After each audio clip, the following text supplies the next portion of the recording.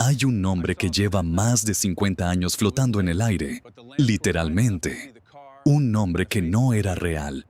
Una identidad que nadie pudo verificar. Un rostro que apareció en los archivos del FBI durante décadas como una pregunta sin respuesta. D.B. Cooper, un hombre que abordó un avión en Portland, Oregon, el 24 de noviembre de 1971. Amenazó a la tripulación con una bomba. Recibió $200,000 en efectivo. Saltó al vacío sobre los bosques del noroeste de Estados Unidos y desapareció para siempre. Lo que hace diferente este caso de cualquier otro no es solo el misterio.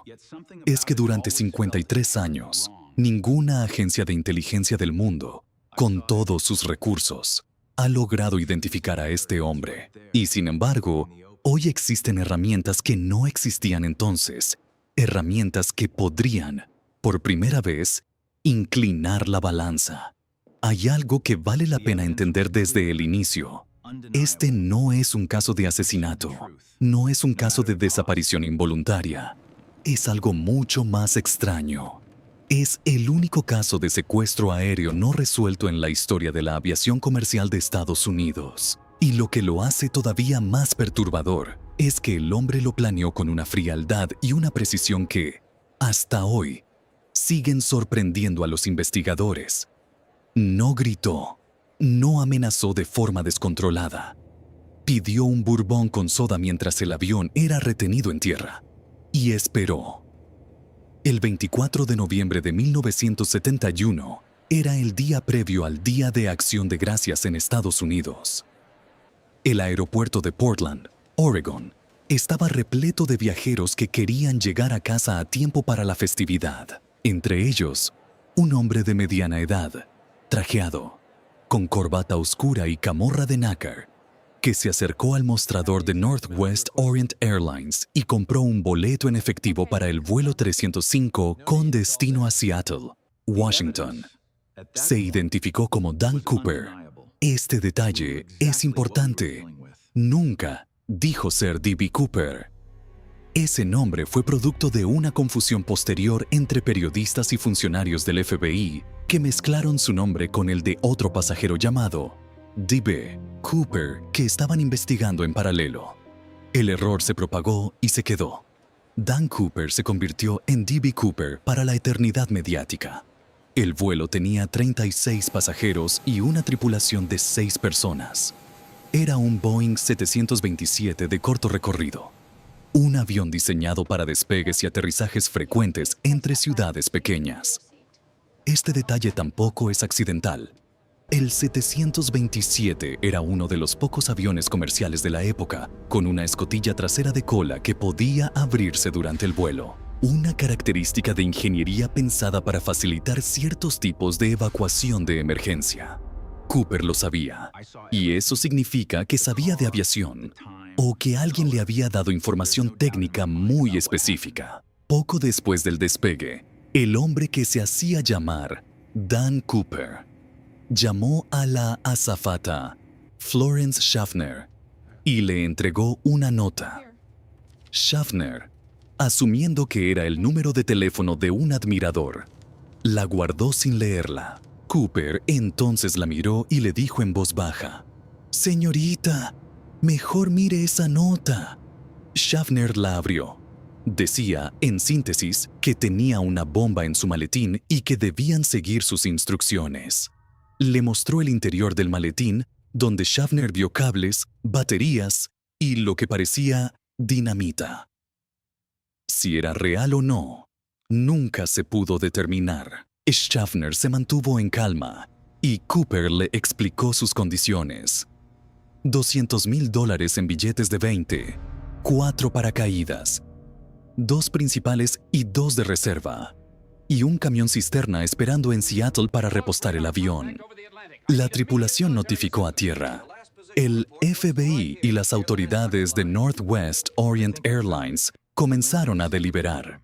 Reunieron el dinero. El FBI, con una decisión que muchos expertos siguen cuestionando hoy, fotografió cada uno de los 10,000 billetes de $20 antes de entregarlos. Los números de serie quedaron registrados. Eso significaba que si alguno de esos billetes aparecía en circulación, sería rastreable. Cooper no sabía esto, al menos no en ese momento, o quizás sí lo sabía y tenía un plan para ello. Nunca lo sabremos. También mezclaron los billetes con marcadores fluorescentes, una precaución adicional que resultó ser, durante décadas, completamente irrelevante.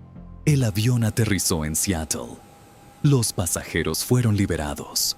Cooper recibió el dinero en una bolsa y los 4 paracaídas.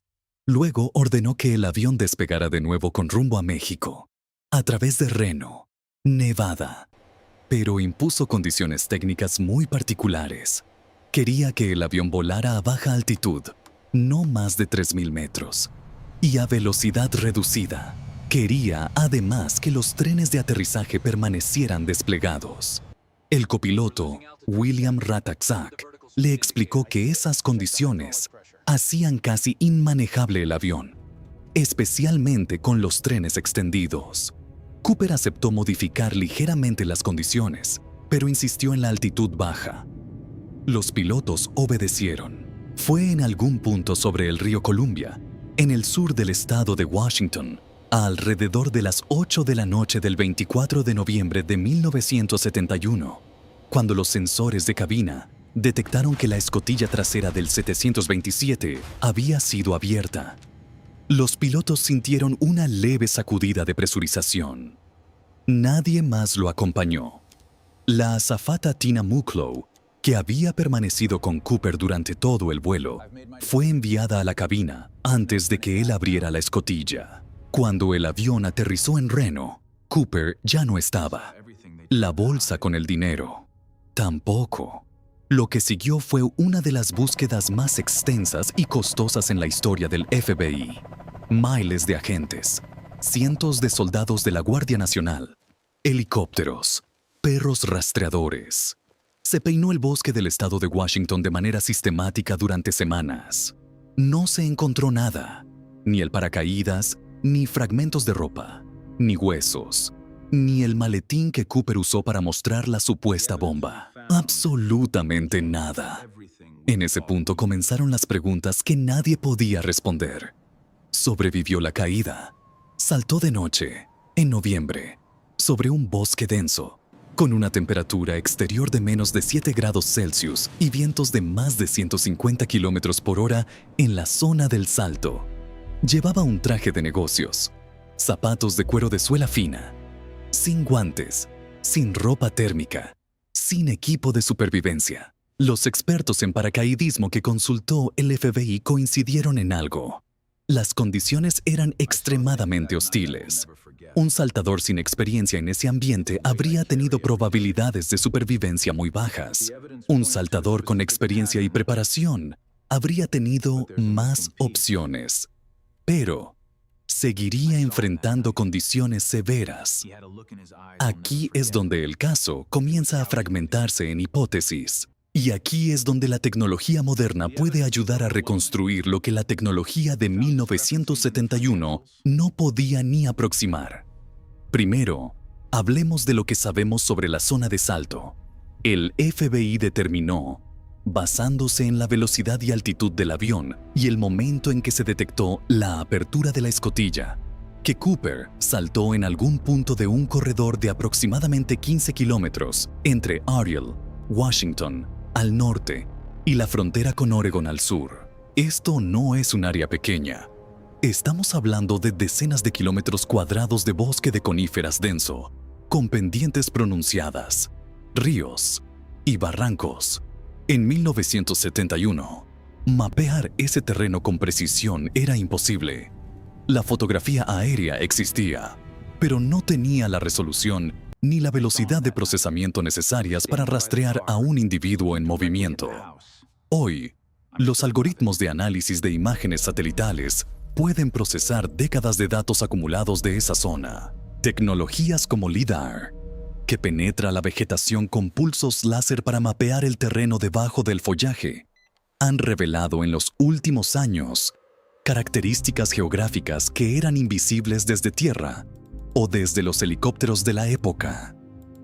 Grupos de investigadores independientes, incluyendo el ciudadano analista Tom Colbert y su equipo, han utilizado algunas de estas tecnologías para delimitar zonas de búsqueda. Hasta la fecha, sin resultados concluyentes. Pero lo que sí ha cambiado es la capacidad de eliminar territorios.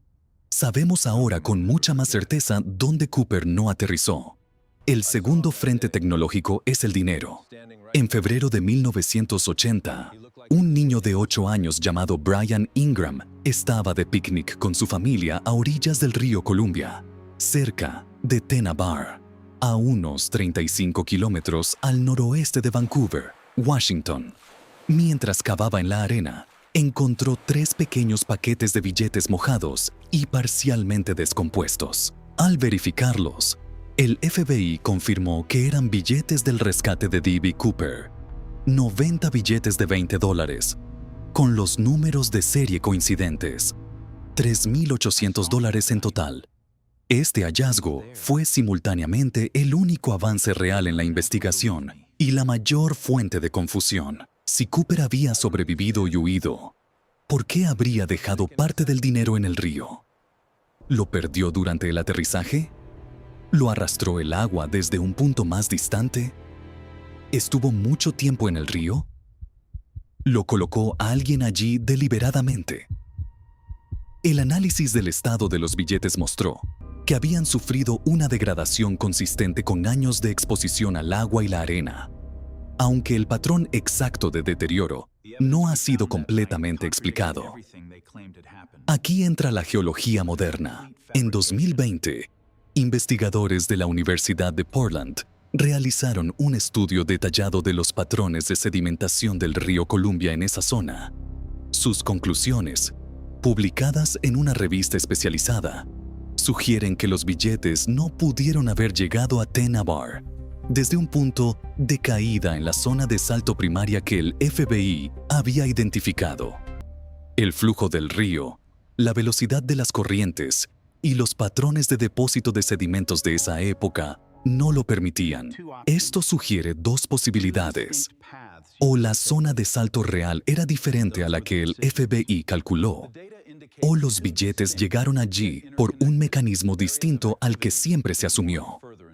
Según los investigadores del estudio, ninguna de las explicaciones convencionales es completamente satisfactoria.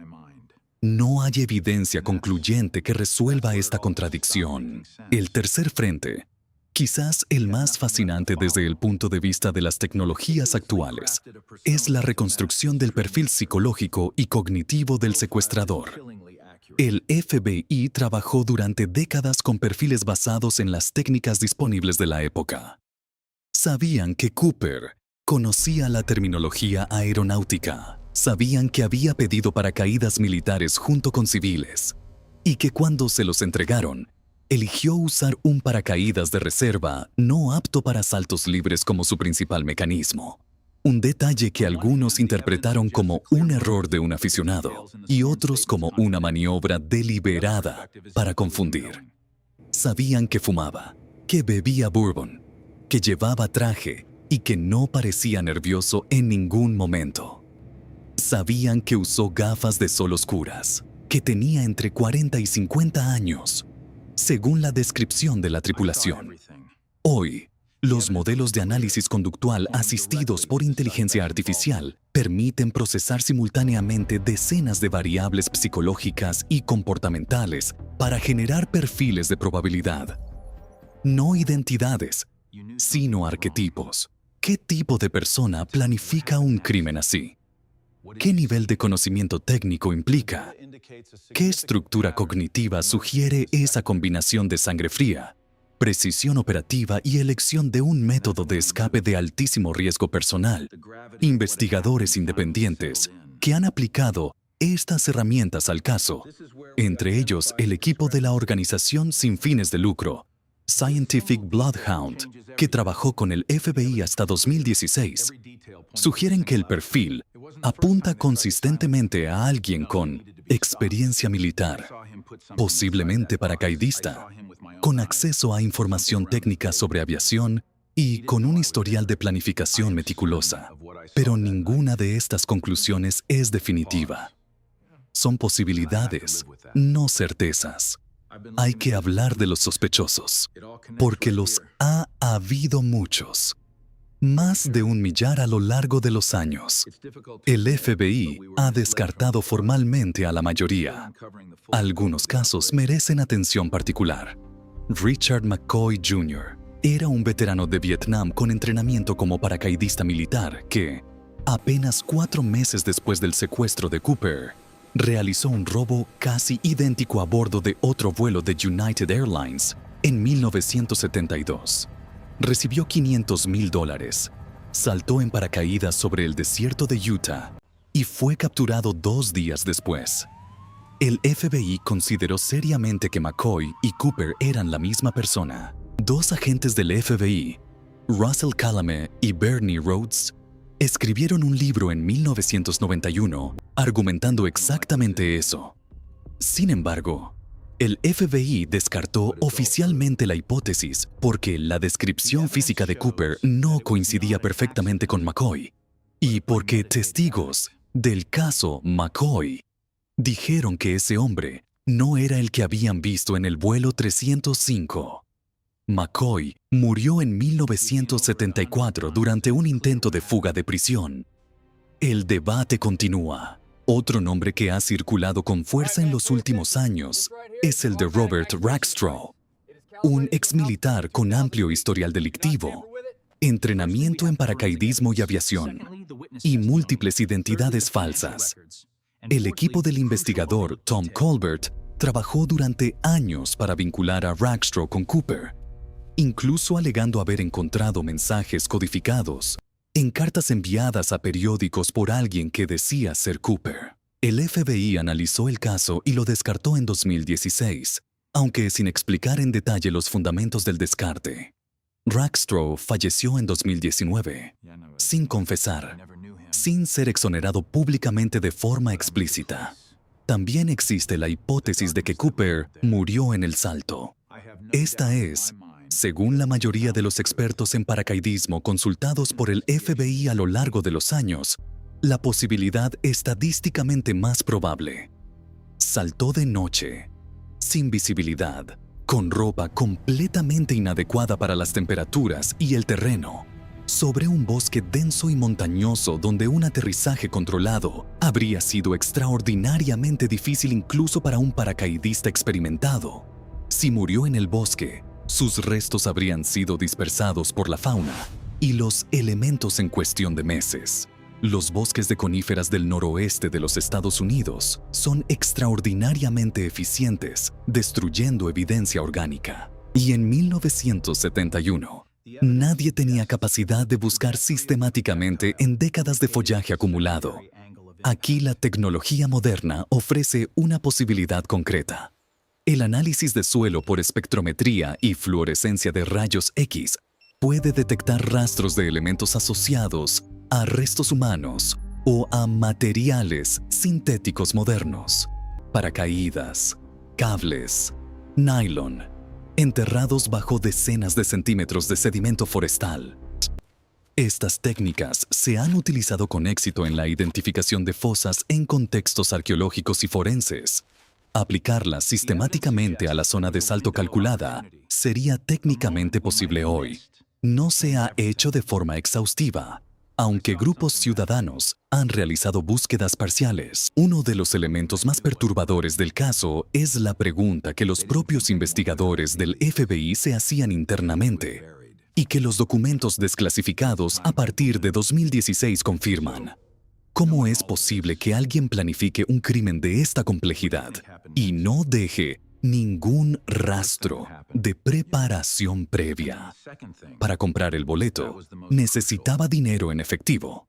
Para conocer las características técnicas del 727, necesitaba acceso a información restringida o contactos en la industria. Para saber que el avión tenía escotilla trasera operable en vuelo, necesitaba conocimiento interno o una investigación muy específica.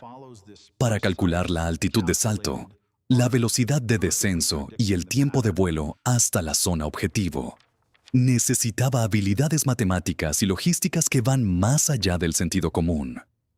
Y sin embargo, nadie en el entorno de ningún sospechoso identificado jamás reveló haber observado esta preparación. Nadie mencionó a un amigo que de repente tuvo mucho dinero en efectivo. Nadie reportó haber visto paracaídas o equipos de supervivencia. Ninguna llamada telefónica fue interceptada. Ninguna carta fue incautada. El silencio posterior al crimen fue tan perfecto como el crimen mismo. En 2021, el FBI cerró oficialmente la investigación activa del caso D.B. Cooper, reasignando los recursos a casos con mayor probabilidad de resolución. Fue una decisión pragmática, comprensible desde el punto de vista de la gestión de recursos, pero que dejó a muchos investigadores independientes con una sensación de derrota prematura.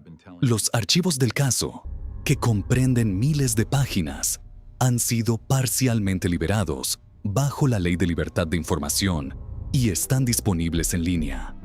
Son un laberinto de pistas falsas, entrevistas agotadas y preguntas sin respuesta, pero también contienen detalles que, analizados con las herramientas de hoy, podrían ser releídos de manera completamente diferente.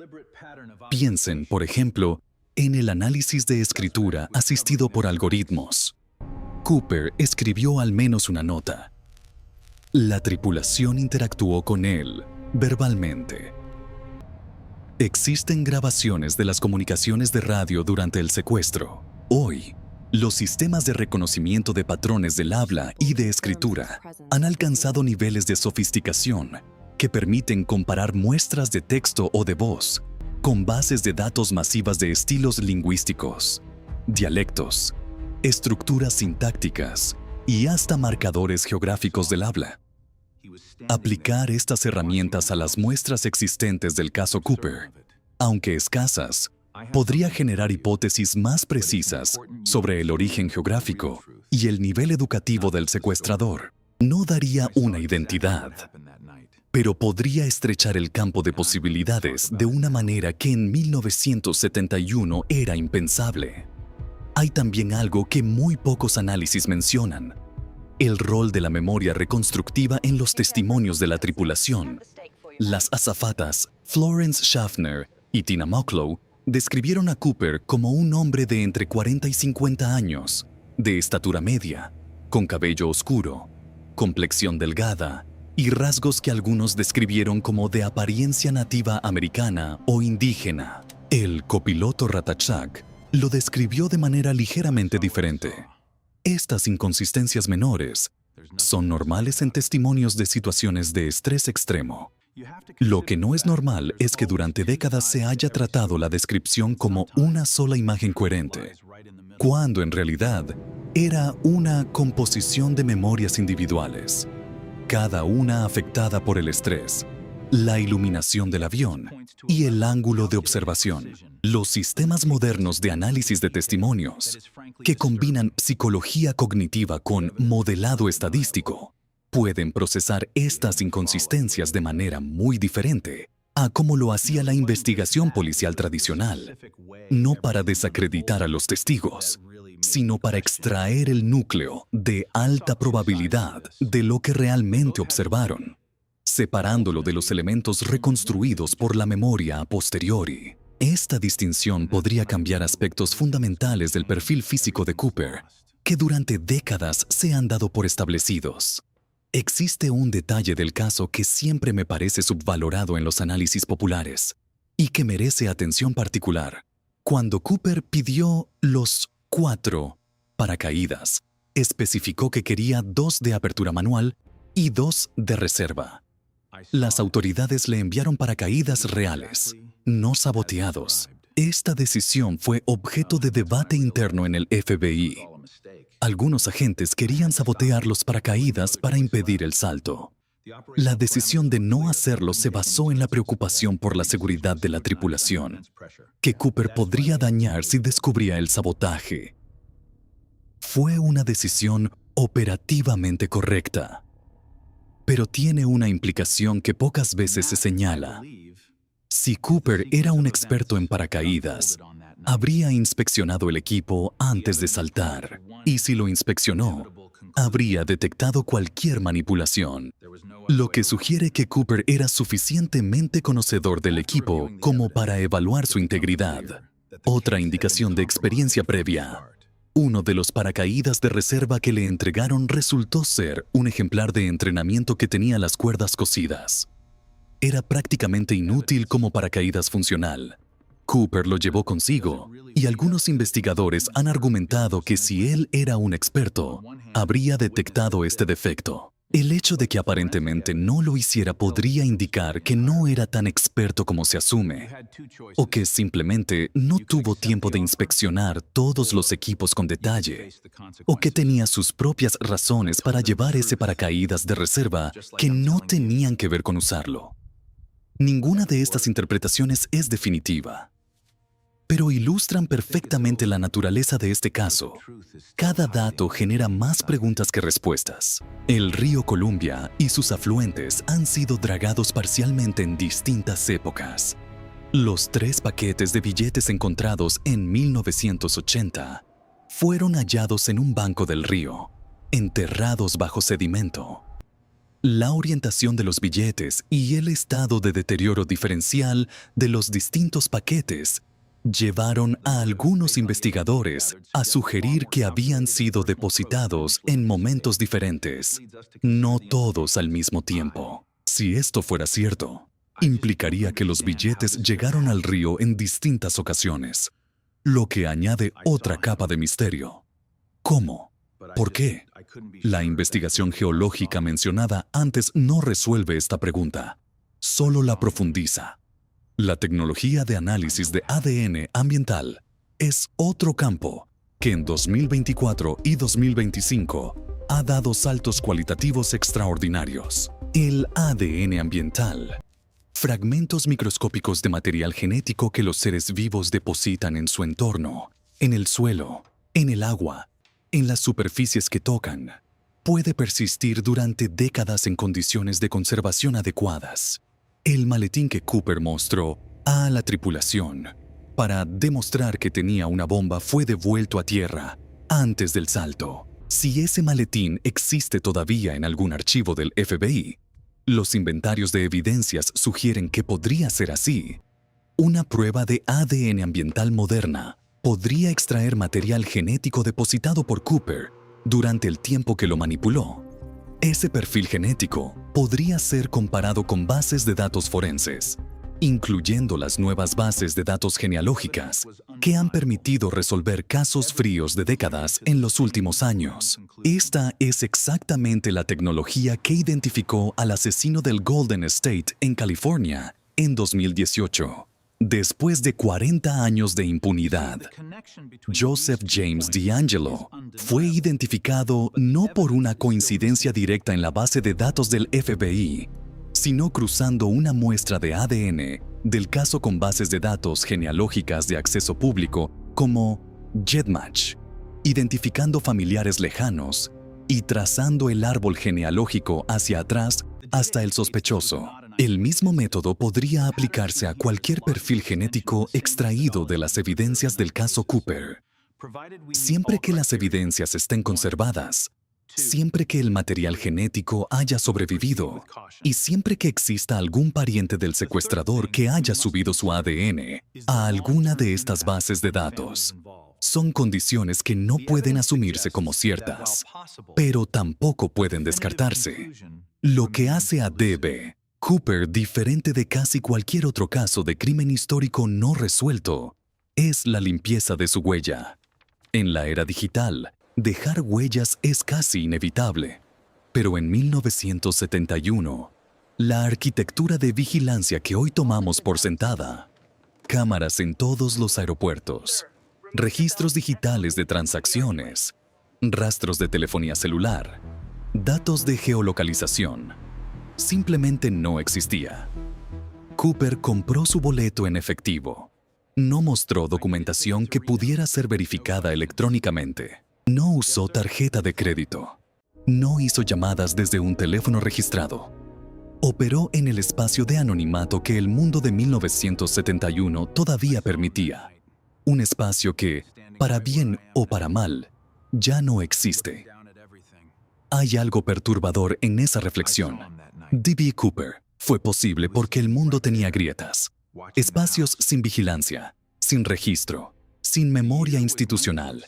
El secuestro fue, en cierta forma, el último crimen perfecto de la era analógica. Un crimen que no habría podido cometerse de la misma manera 10 años después. Ya en 1973, la FAA introdujo normativas que exigían la inspección de pasajeros y equipaje antes del embarque, precisamente como consecuencia directa de este y otros secuestros de la época. Cooper no solo robó $200,000, cambió para siempre la forma en que viajamos en avión. Los $200,000 de 1971 equivalen, ajustados por inflación, a algo más de $1,500,000 en términos de poder adquisitivo actual. No es una fortuna enorme para el riesgo tomado. Algunos investigadores han señalado que este detalle es relevante. Alguien con el nivel de planificación demostrado por Cooper podría haber pedido mucho más. El avión tenía pasajeros. El FBI tenía recursos. ¿Por qué solo 200,000? Una hipótesis es que 200,000 era la cantidad máxima que Cooper calculaba que las autoridades podrían reunir en efectivo en el tiempo disponible sin alertar a los medios. Otra es que tenía una deuda específica que quería saldar. Otra, más oscura, es que el dinero no era el objetivo principal, sino el medio para financiar algo distinto. Ninguna de estas hipótesis tiene sustento verificable. Son posibilidades que el caso genera por su propia naturaleza incompleta. Hay un momento del que no se habla suficientemente. Cuando el avión aterrizó en Reno con la escotilla trasera abierta y Cooper desaparecido, los agentes del FBI que abordaron el avión encontraron algo en el asiento donde Cooper había estado sentado. 8 colillas de cigarrillos y 2 de sus corbatas. Las colillas fueron analizadas. La tecnología de la época no permitía extraer perfiles genéticos completos de ese tipo de muestras, pero las colillas fueron conservadas como evidencia.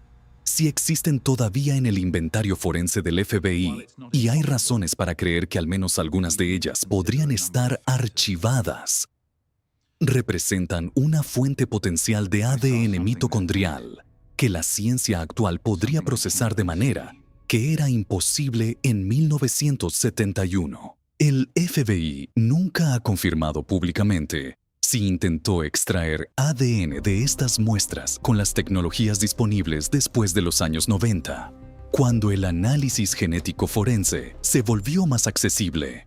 Es una pregunta que los investigadores independientes llevan años formulando sin obtener respuesta clara. Existe también el asunto de la corbata que Cooper dejó en el avión.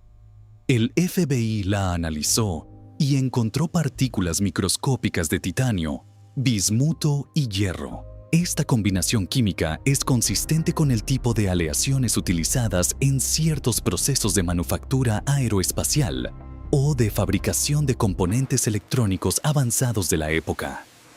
No es una combinación que se encuentra en la ropa de alguien que trabaja en un entorno doméstico o de oficina estándar. Sugiere un entorno industrial o técnico especializado. El FBI conoce este detalle desde los años 80, pero nunca lo ha usado para identificar de forma concluyente al sospechoso. Las industrias que usaban esas aleaciones en el noroeste de los Estados Unidos en 1971 eran múltiples. El espacio de búsqueda seguía siendo demasiado amplio. Hoy, los registros digitalizados de empresas industriales de esa época, muchos de los cuales han sido preservados en archivos corporativos o gubernamentales y progresivamente digitalizados, podrían cruzarse con esas firmas químicas para identificar instalaciones específicas donde ese tipo de exposición era posible. Una búsqueda que en 1980 requería revisar miles de archivos físicos en distintas ciudades, podría hoy completarse en horas con las herramientas de búsqueda adecuadas y acceso a los archivos correspondientes. No es una garantía de éxito, pero es un ángulo que la investigación oficial nunca explotó completamente. Hace falta detenerse un momento en algo que las narrativas populares sobre este caso suelen pasar por alto: el impacto humano. Los tripulantes del vuelo 305 vivieron durante años con las consecuencias psicológicas de esa noche. Florence Schaffner, la primera azafata en recibir la nota de Cooper, habló en varias ocasiones sobre el peso de haber sido el primer eslabón de la cadena. Tina Mucklow, que permaneció con Cooper durante la mayor parte del secuestro, se retiró de la aviación poco después y durante décadas evitó hablar públicamente sobre la experiencia. El copiloto Ratachak describió en entrevistas la angustia de volar en condiciones técnicamente degradadas durante horas, sin saber qué estaba sucediendo en la parte trasera del avión. Estos son seres humanos que vivieron una experiencia traumática que nunca fue completamente reconocida por la narrativa de glamour y misterio que el caso Cooper generó en la cultura popular. Porque Debe Cooper se convirtió en algo que ningún otro criminal en la historia reciente de Estados Unidos ha logrado: un ícono contracultural. Películas, canciones, novelas, camisetas. Existe un festival anual en Ariel, Washington, que celebra su memoria. Hay gente que lo admira como a un Robin Hood moderno. Aunque Cooper nunca dio el dinero a nadie, lo tomó para sí mismo o murió intentando hacerlo. La romantización del crimen es un fenómeno complejo, pero en este caso tiene una explicación comprensible. Cooper desafió al sistema en un momento histórico: la era post-Vietnam, el Watergate, la desconfianza masiva en las instituciones, en que muchos estadounidenses anhelaban exactamente eso. Y luego desapareció, sin dejar rastro, sin ser capturado, sin envejecer en prisión. En el imaginario popular, sigue ahí afuera, en algún lugar, pero la realidad estadística y forense sugiere una narrativa diferente. La más probable, según la mayoría de los expertos que han estudiado el caso con rigor, es que Cooper murió en el salto o poco después, a causa de la hipotermia, las lesiones del aterrizaje forzado en un bosque denso de noche, o ambas cosas. Sus restos, si cayeron en el bosque, habrían sido dispersados y descompuestos hace décadas. Si cayó en el río Columbia o alguno de sus afluentes, los huesos podrían haberse dispersado por el sistema fluvial de maneras que hacen imposible su localización retroactiva. Los billetes encontrados en Tena Bar podrían ser el único rastro físico que Cooper dejó en el mundo. 90 billetes mojados, semidestruidos, que un niño encontró por casualidad mientras cavaba en la arena de un río. Y eso, si lo pensamos bien, es lo que hace este caso verdaderamente diferente de todos los demás. No es el misterio de si Cooper sobrevivió o murió. Es el misterio de cómo un ser humano puede planificar un crimen de esta complejidad, ejecutarlo con esta precisión y no dejar prácticamente ningún rastro de su existencia antes, durante o después del hecho. Sin cómplices confirmados, sin conexiones identificadas, sin un motivo rastreable más allá del dinero. Es como si Dan Cooper hubiera existido únicamente durante esas horas del 24 de noviembre de 1971 y luego se hubiera disuelto en el aire frío de la noche del noroeste americano. La pregunta que la tecnología moderna puede ayudar a responder no es solo quién era Cooper. Es si la ausencia de rastro fue el resultado de una planificación extraordinaria, de una muerte temprana que eliminó cualquier posibilidad de consecuencias, o de algo intermedio que todavía no hemos sido capaces de articular. Cada una de esas posibilidades cambia fundamentalmente la historia. Y en un mundo donde el ADN puede extraerse de objetos guardados durante décadas, donde los satélites pueden mapear metros cuadrados de bosque con resolución centimétrica, donde los algoritmos pueden cruzar firmas químicas con registros industriales de los años 60, la respuesta podría estar más cerca de lo que nunca estuvo. Tal vez Cooper calculó mal y murió entre los árboles antes de que amaneciera el 25 de noviembre de 1971. Tal vez vivió décadas más con un nombre diferente en alguna ciudad pequeña y ya murió llevándose el secreto a la tumba. Tal vez alguno de los sospechosos descartados era el hombre correcto y la investigación cometió un error que no pudo reconocer. No lo sabemos y puede que nunca lo sepamos con certeza. Pero lo que sí sabemos es que este caso, a diferencia de muchos otros, no ha sido cerrado por la ausencia de respuestas. Ha sido suspendido. Y la diferencia entre suspender y cerrar es que lo que está suspendido puede, bajo las condiciones correctas, volver a ponerse en movimiento. Hay algo que permanece en el aire desde aquella noche de noviembre. No es el dinero, no es el paracaídas, es la pregunta. Y las preguntas, a diferencia de los hombres, no mueren, solo esperan.